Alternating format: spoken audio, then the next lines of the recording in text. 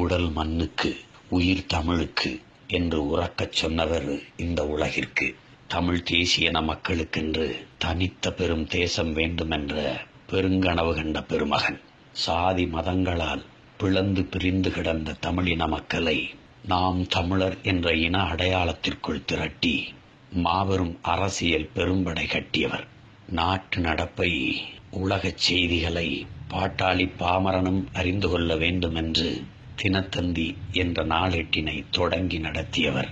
உடலினை உறுதி செய், அறிவை விரிவாக்கு, கொள்கை வகுத்து நில், கூடி செயல் செய்ய பழகு என்ற உயர்ந்த தத்துவ முழக்கத்தை முன்வைத்து நாடெங்கிலும் தமிழர்களின் தொன்ம விளையாட்டான சிலம்பம், கபடி போன்ற விளையாட்டுக்கள் அழிந்து விடாமல் அடைகாத்தவர்.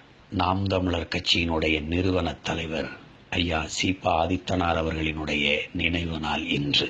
வணக்கத்திற்குரிய அந்த பெருந்தகைக்கு பெருமிதத்தோடு நம் புகழ் வணக்கத்தை செலுத்துவோம். நாம் தமிழர்.